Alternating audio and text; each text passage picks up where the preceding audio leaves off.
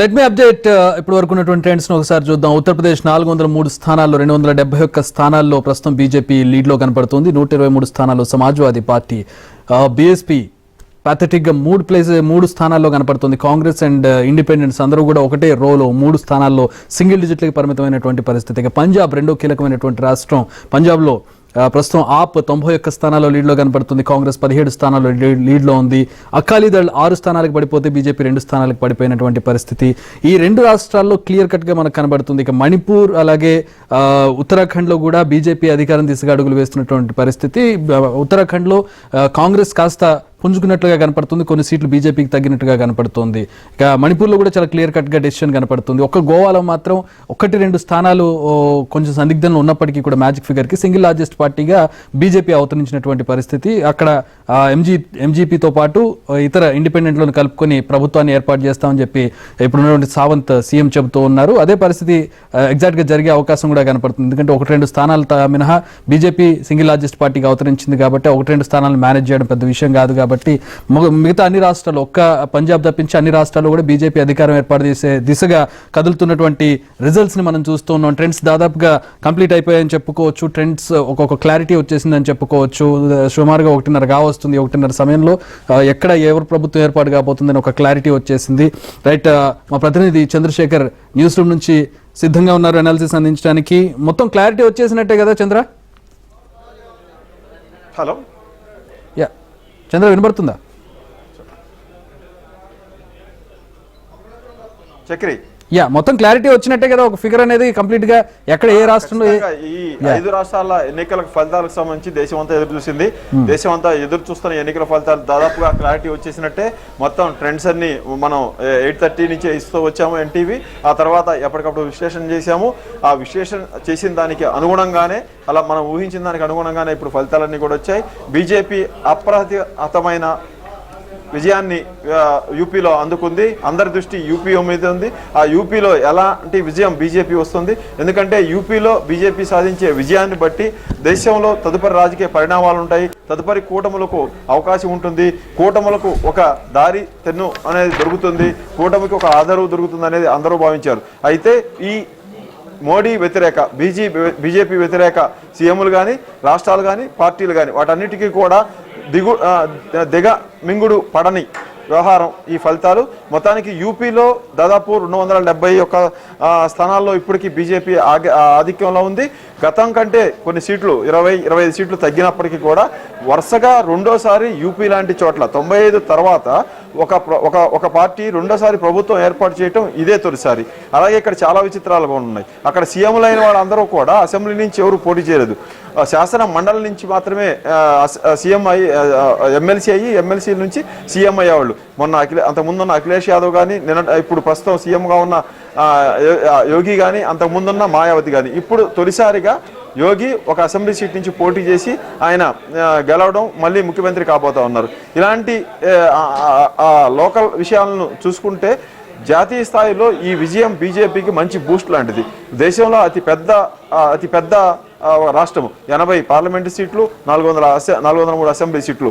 ఇక్కడ అసెంబ్లీ సీట్లు గెలవడం ద్వారా సెప్టెంబర్లో జరగబోయే రాష్ట్రపతి ఎన్నికల్లో కూడా బీజేపీ సునాయాసంగా గెలవడానికి మార్గం సుగమం అవుతుంది.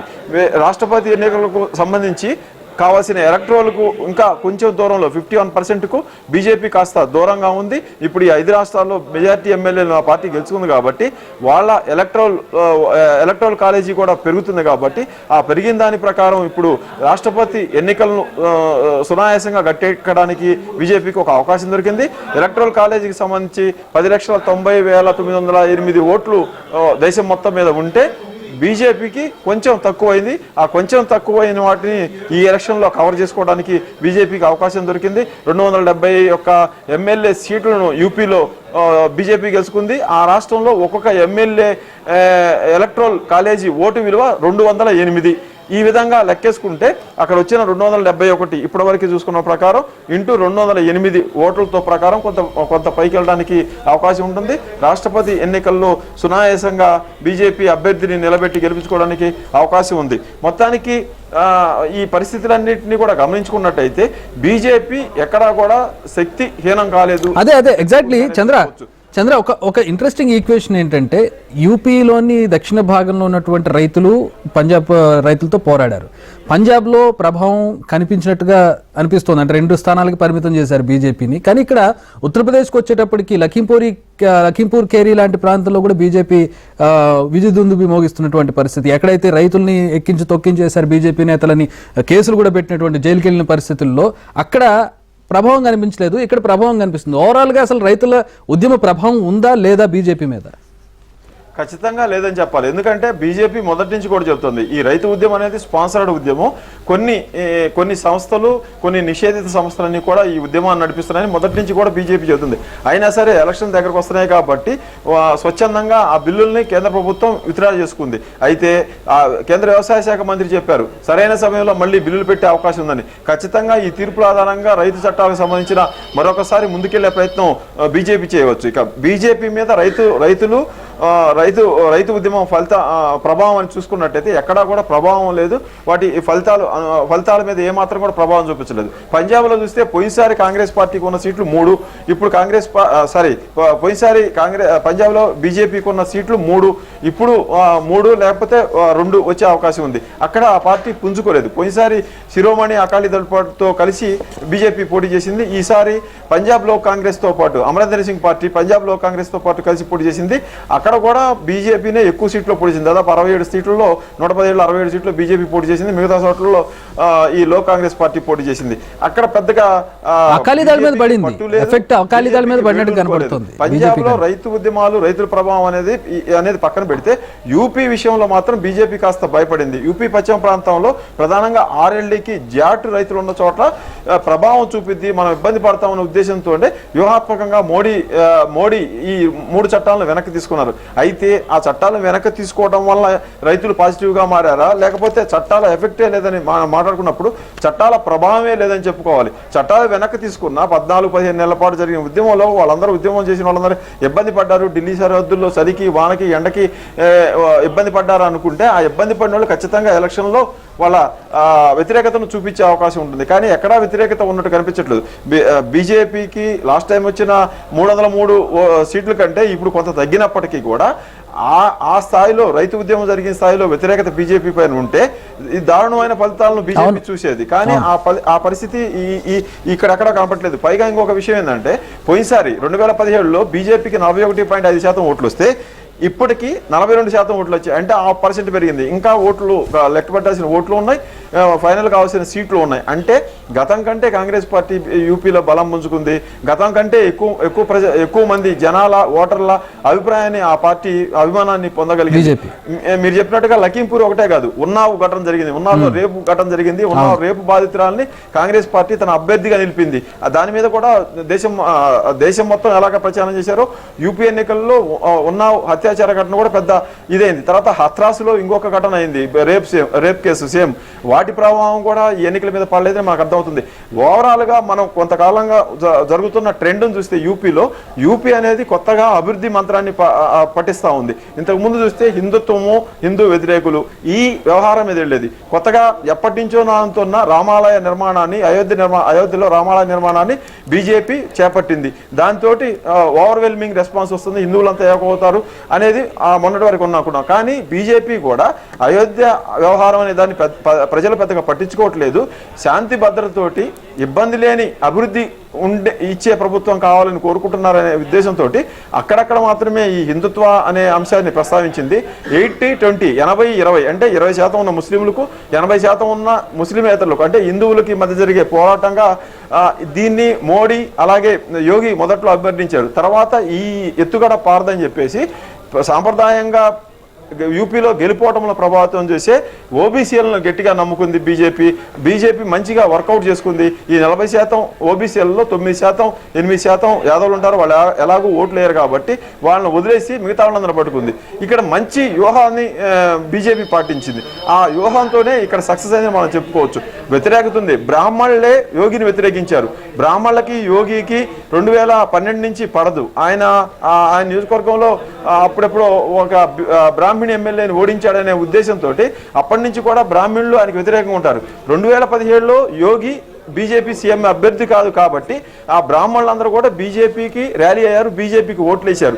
అయితే 2017లో యోగిని ఎప్పుడైతే బీజేపీ అభ్యర్థిగా పెట్టిందో అప్పటి నుంచి కూడా ఈ బ్రాహ్మణుల్లో ఒక వర్గం ఆయనకు వ్యతిరేకంగా మారడం మొదలుపెట్టింది. ఇలాంటివన్నీ కూడా ఇబ్బంది కలిగిస్తాయని బీజేపీ భావించినప్పటికీ కూడా మొత్తంగా టోటల్గా ప్రయోజనం అంటే ప్రభుత్వం ఏర్పాటు చేయడానికి, తిరిగి అధికారంలో రావడానికి ఇబ్బంది కలిగించే పరిణామాలు ఏవి కూడా బీజేపీ ఎదురుకాకుండా చూసుకుంది. ఎక్కడికెక్కడ కట్టుదిట్టమైన చర్యలు తీసుకుంది. ప్రధాన ప్రత్యర్థి ఎస్పీ కూడా దాదాపు 10-12 పార్టీలతోటి ఒక జట్టు కట్టింది. ఓబీసీలో ఇంతకుముందు కేవలం ఎస్పీ అంటే యాదవులు, ముస్లింలు. ఈ అభిప్రాయాన్ని చెరిపేయడం కోసం ఓబీసీలో ఉన్న పలుకుబడి ఉన్న నాయకులందరూ కూడా తీసుకుంది. మనం చూసాం స్వామి ప్రసాద్ మౌర్య బీజేపీలో మంత్రి, దారా సింగ్ బీజేపీలో మంత్రి, ధరమ్ సింగ్ బీజేపీలో మంత్రి, వీళ్ళు కాక ఒక 10 మంది ఎమ్మెల్యేలు. వీళ్ళందరూ కూడా షెడ్యూల్ వచ్చి రాగానే మర్నాడే బీజేపీ నుంచి ఎస్పీలోకి దిగిపోయారు. ఇది దేశవ్యాప్తంగా సంచలనమైంది. అప్పటికే వచ్చిన ఒపీనియన్ పోల్స్ కానీ, అప్పటికే వస్తున్న సర్వేలు కానీ తిరిగి బీజేపీ యూపీలో అధికారంలోకి వస్తుందని చెప్తున్న సమయంలో కీలకంగా ఉన్న ఈ నాయకులు ఏ ధైర్యంతో ఎస్పీలోకి చేరారు అంటే సర్వేలన్నా అబద్ధం అయి ఉండాలి, లేకపోతే బయట బీజేపీ చేస్తున్న అది ప్రచారం అయి ఉంటుంది, మ్యానిపులేషన్ చేస్తుంది బీజేపీ, ఒక అభిప్రాయాన్ని జనంలోకి వదిలింది, తిరిగి బీజేపీ గెలుస్తుందని. అది నిజం కాదు.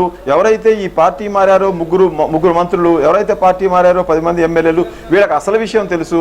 ఎస్పీ మళ్ళీ గెలవబోతా ఉంది, అందుకోసం వీళ్ళు అక్కడ చేరారనే ఒక అభిప్రాయం డిస్కషన్ కూడా జరిగింది. కానీ వాస్తవం ఏంటంటే ఆ ముగ్గురు ఓబీసీ నేతలు ఎవరైతే ఉన్నారో ఆ ఓబీసీ నేతలు ఉన్న ప్రాంతాల్లో యాదవుల ఓట్లు ఎక్కువ ఉన్నాయి. ఆ యాదవుల ఓట్లు ఈసారి ఎస్పీకి పడతాయి కాబట్టి మేము ఓడిపోతామని లెక్కలు వేసుకున్న తర్వాతనే వాళ్ళు ఎస్పీలో చేరారు. కానీ వాళ్ళకు కూడా ఇప్పుడు నిరాశ ఎదురైంది. 10 మంది ఎమ్మెల్యేలు పార్టీ ఫిరాయించిన వాళ్ళు కానీ, ఈ మంత్రులు కానీ ఎక్కువ మంది ఓడిపోయే పరిస్థితిలో ఉన్నారు. బీజేపీ ఒకటే నమ్ముకుంది, అభివృద్ధి మంత్రము, డబుల్ ఇంజన్ సిద్ధాంతము. కేంద్రంలో బీజేపీ దారుణం ఏంటంటే 400 స్థానాల్లో పోటీ చేసిన కాంగ్రెస్ పార్టీ ఇప్పుడు ఒక్క స్థానంలో లీడ్ లో కనపడుతుంది. ఒక్క స్థానం 400 సీట్లలో సింగిల్ గా పోటీ చేసింది కాంగ్రెస్ పార్టీ పరిస్థితి చాలా దయనీయంగా దారుణంగా ఉందనడానికి ఇది ఒక ఉదాహరణ. ఇంతెందుకు, మనం లాస్ట్ టైం చూసాం, ఎప్పుడో అక్కడి నుంచే పోటీ చేసే రాహుల్ గాంధీ కేరళకు పోయారు. ఆయనకు అర్థమైపోయింది సిచ్యువేషన్. 2019లోనే యూపీలో కాంగ్రెస్ కు ఉన్న ఆదరణ ఏంటి, సాక్షాత్తు గాంధీ కుటుంబానికి సంబంధించిన వ్యక్తి రాహుల్ గాంధీ తాను పోటీ చేస్తేనే గెలవలేననే ఉద్దేశంతో అక్కడి నుంచి కేరళకి వెళ్ళిపోయి కేరళలో పోటీ చేసిన పరిస్థితి ఉంది. అంటే అక్కడ క్షేత్రస్థాయి వాస్తవం ఏంటో రాహుల్ గాంధీకి కాంగ్రెస్ పార్టీకి ముందే తెలుసని అర్థమవుతుంది. అయితే ఎన్నికకు సంవత్సరానికి పరిస్థితి మారుతుంది కాబట్టి కింద పడిన పార్టీలు పైకి వస్తాయి, పైకి వచ్చిన పార్టీలు కిందకి వెళ్తాయి. కాబట్టి కాంగ్రెస్ పార్టీ ఒక ఆశ పెట్టుకొని ప్రియాంక గాంధీని ప్రయోగించింది. ప్రియాంక గాంధీ ఏ పార్టీ చేయనన్ని ర్యాలీలు చేసింది. ఆమె 209 ర్యాలీల్లో ప్రియాంక గాంధీ పర్యటించింది. అయినా కానీ ఎక్కడా కూడా కాంగ్రెస్ పార్టీ పట్ల జాలి, దయ, విశ్వాసం అనేది యూపీ ప్రజలు చూపించట్లేదని అర్థమవుతుంది. ఒక సీటు ఉంది, అది లీడ్లో మాత్రమే ఉంది. చివరికి వచ్చేటప్పటికి అదైనా నిలబడుతుందో లేదే చెప్పలేని పరిస్థితి. కాంగ్రెస్ పార్టీకి కూడా ఇది మొత్తం స్వయంకృతాపరాధమే చక్రి. ఎందుకంటే నేను ఇంతకుముందు చెప్తున్నట్టుగా 85లో చివరిసారిగా కాంగ్రెస్ పార్టీ గెలిచింది, 269 సీట్లు వచ్చినాయి. ఆ తర్వాత 91లో 94 సీట్లకి ఆ పార్టీ పరిమితమైంది. 96కి వచ్చేటప్పటికి 40 సీట్లు, 45 సీట్లకు పరిమితమైంది. ఇప్పుడు ఒక సీటు. ఇలా గ్రాడ్యువల్ గా మారుతోంది. ఒక పక్క హిందుత్వ నినాదాన్ని, ఒక పక్క ఓబీసీ నినాదంతో బీజేపీ తన కోటను సుస్థిరం చేసుకొని నిర్మించుకుంటా ఉంది. అలాంటప్పుడు ఎక్కడైతే లోటుపాట్లు ఉన్నాయో, ఎక్కడైతే తాము బలహీనంగా ఉన్నామో ఆ బలహీనతను అధిగమించాల్సిన కాంగ్రెస్ పార్టీ యూపీలో గెలిచిన రోజులు గెలిచేసి ఇక గెలవలేని అనుకున్న రోజులు దాన్ని వదిలేసి పక్కకెళ్ళిపోయిన పరిస్థితి ఉంది. రాహుల్ గాంధీ కేరళకి వెళ్ళిపోవడం అందుకు ఉదాహరణ. ఇక ఆ రాష్ట్రంలో బీజేపీని బ్రతికించగల నాయకుడు కానీ, కాంగ్రెస్ని బ్రతికించగల నాయకుడు కానీ, కాంగ్రెస్కి పునరుజ్జీవం గల నాయకుడు అనే వాళ్ళు ఎవరూ లేరు. ఇక ఎస్పీ, బీజేపీ ఆ రెండు పార్టీల మధ్య ఉంటుంది. మరో ప్రధానమైన పార్టీ బీఎస్పీ కూడా వయోభార్యం రీత్యా కానీ, ఆమె మీద రాజకీయ ఉన్న కేసుల రీత్యా కానీ మాయావతి కూడా పూర్తిగా డిఫెక్ట్ అయిపోయారు. ఆమె ఎన్నికల ముందులో అసలు యాక్టివ్గా లేరు. ఒకప్పుడు 4 సార్లు ఆమె వివిధ దఫాలుగా సీఎం అయింది. బీఎస్పీ సింగిల్గా ప్రభుత్వం ఏర్పాటు చేసింది, బీఎస్పీ ఎస్పీతో కలిసి ప్రభుత్వం ఏర్పాటు చేసింది, బీఎస్పీ బీజేపీతో కలిసి ప్రభుత్వం ఏర్పాటు చేసింది. ఇన్ని రకాలుగా చేసిన బీఎస్పీ కూడా ఇప్పుడు దారుణమైన పరిస్థితికి వచ్చింది. కాబట్టి ఇక ప్రాంతీయ పార్టీ ఎస్పీ, ఇంకో పక్క బీజేపీ మాత్రమే ఇక్కడ యూపీ బరిలో నిలబడే అవకాశం ఉంటుంది. ఇదంతా కూడా యూపీలో వస్తున్న రాజకీయ పరిణామాలకు, దేశం చేస్తున్న ఆలోచనకు ప్రతిబింబంగానే మనం చంద్ర ఇప్పుడు ఈ ఫలితాలతోటి ఎవరైతే ఫెడరల్ ఫ్రంట్ అనుకుంటున్నారు. కేసీఆర్ కావచ్చు, ఇతర బీజేపీ ఇతర ముఖ్యమంత్రులు, నేతలు కావచ్చు, పార్టీలు కావచ్చు, వాళ్ళ వాయిస్లో ఏమైనా తేడా వచ్చే అవకాశం ఉందా? ఎందుకంటే ఈ ఫలితాల్లో డిఫరెంట్గా ఫలితాలు వస్తాయని చెప్పి చాలా మంది ఎక్స్పెక్ట్ చేశారు. అదే మాట కేసీఆర్ కూడా ప్రెస్ మీట్లో చెప్పినటువంటి పరిస్థితి. కానీ భిన్నంగా వచ్చాయి ఫలితాలు. ఖచ్చితంగా అంటే సీట్లు తగ్గుతాయి, బీజేపీ కొంచెం ఊపు తగ్గుతుందని లెక్కేసుకున్నారు. అంటే ఉత్తరప్రదేశ్లో బీజేపీ అధికారం రావచ్చు అనేది కొంతమంది నాయకులు అంచనా ఉంది. మమతా బెనర్జీ అయితే ఏకంగా వారణాసిలో ప్రచారం కూడా చేయించారు. ఆమె అంచనాలు కూడా ఇక్కడ తల్లకిందులైపోయాయి. మీరు అన్నట్టుగా ఈ మూడో ప్రత్యామ్నాయ వేదిక కేసీఆర్ మొన్న క్లారిటీ ఇచ్చారు. జార్ఖండ్ వెళ్ళినప్పుడు ఇప్పటి వరకు అలాంటి వేదికలు ఏమీ లేవు. లైక్ మైండెడ్ వాళ్ళంతా కలిసి ఒక మాట్లాడుకుంటున్నాము, దేశానికి ఒక దిశానిర్దేశం చేసే విధంగా ఒక వేదిక కావాల్సి ఉంది. ఇప్పటికైతే అలా ఆలోచన లేదని చెప్పారు. కానీ వీళ్ళందరూ ఆలోచన ఒకటే, దేశంలో మోడీ గ్రాఫ్ పడిపోతుంది, బీజేపీ ఆదరణ తగ్గిపోతుంది. కాబట్టి ఇలాంటి సమయంలో ఆ పార్టీ మీద తిరుగుబాటు జెండా ఎగరేయడం ద్వారా ప్రజల మన్ననలు పొందొచ్చు అనేది ఒక ఆలోచన చేశారు. బెంగాల్లో మమతా బెనర్జీ, ఇక్కడ మహారాష్ట్రలో వచ్చేటప్పటికి శివసేన, ఎన్సీపీ, ఇక్కడికి వచ్చేటప్పటికి కేసీఆర్, తమిళనాడు పోతే స్టాలిన్. ఈ 4 రాష్ట్రాల్లో ఉన్న పార్లమెంటు సీట్లు 142. ఈ 4 రాష్ట్రాల్లో ఈ పార్టీలు ఎవరైతే మోడీ మీద, బీజేపీ మీద తిరుగుబాటు జెండా ఎగరేస్తున్న పార్టీలు సాధించిన సీట్లు 72, 74 ఉన్నాయి.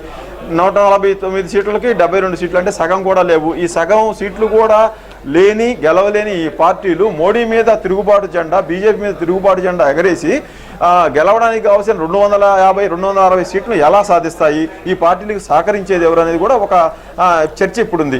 జగన్మోహన్ రెడ్డి ఆయనకున్న రాజకీయ ప్రాధాన్యతలు కానీ రాజకీయ ఎత్తుగాళ్లతోటి అటు బీజేపీ తోటి సన్నిహితంగా ఉన్నప్పటికీ కానీ ఎన్డీఏ కూటమిలో చేరలేదు. ఇటు మోడీని వ్యతిరేకిస్తున్న వీళ్లతో కూడా చేరలేదు. అలాగే మన ఒరిస్సా వెళ్తే నవీన్ పట్నాయక్, ఒరిస్సా వెళ్తే బీజు పట్నాయక్ పార్టీ ఉంది, అక్కడ వాళ్ళు కూడా తటస్థంగానే ఉంటున్నారు. ఈ అన్ని పార్టీలు తటస్థంగా ఉన్న పార్టీలకు కూడా ఇప్పుడు మోడీని వ్యతిరేకించే వాళ్ళకంటే ఎక్కువ సీట్లు ఉన్నాయి. ఈ మోడీని వ్యతిరేకించే వాళ్ళకంటే ఎక్కువ సీట్లు ఉన్నాయి. కేరళలో సిపిఐ, సిపిఎం కానీ. అయినప్పటికీ వాళ్ళ వైఖరిని తెలియజేయట్లేదు. వాళ్ళు తర్వాత ఈ 4 సీఎంలు అనుకున్న వాళ్ళు కలిస్తే వాళ్ళతోటి కాంగ్రెస్ పార్టీ కూడా చేయి కలిపితే అప్పుడు మూడో ప్రత్యామ్నాయానికి, థర్డ్ ఆల్టర్నేటివ్కి అవకాశం ఉంటుంది. ఇప్పుడు ఎంతవరకు వీళ్ళందరూ ఏకం అవుతారు? ఇప్పుడు వచ్చిన ఫలితాలు ఖచ్చితంగా దీనికి రకరకాల పేర్లు ప్రతిపక్షాలు పెట్టొచ్చు. బీజేపీ బుల్డేజ్ చేసిందనో, లేకపోతే మొన్న కౌంటింగ్కు 36 గంటల ముందే అఖిలేష్ యాదవ్ ఆరోపించారు ఈవీఎంలనే మార్చేసింది, దాదాపు 47 సీట్లలో మేము గెలిచిన సీట్లన్నీ కూడా తీసుకుపోయి బీజేపీ వాళ్ళ అభ్యర్థులను గెలిపించే విధంగా ఈవీఎంలు సెట్ చేసిందని. ఇలాంటి ఆరోపణలన్నీ కూడా చేసే అవకాశం ఉంటుంది. అయితే ఇప్పటి వరకు వివిధ రాష్ట్రాలు తిరిగిన కేసీఆర్ దీని మీద ఎలా స్పందిస్తారనేది కూడా మనకు ఆసక్తికరంగానే ఉంది. ఎంతవరకు మోడీని ఢీకొట్టడానికి కేసీఆర్కు ఇప్పుడున్న రాజకీయ పరమైన పరిస్థితులు అనుకూలిస్తాయని చూడాలి. ఖచ్చితంగా ఏదో ఒక రాష్ట్రంలో కాంగ్రెస్ పార్టీ గెలిచినట్టయితే, ఏదో ఒక రాష్ట్రంలో కాంగ్రెస్ పార్టీకి దగ్గరగా వచ్చినట్టయితే కొంతవరకు ఈ కూటమికి అవకాశాలు ఉన్నాయి. పంజాబ్ లో ఆప్ గెలిచింది, ఆప్ కూడా తటస్థంగా ఉంది.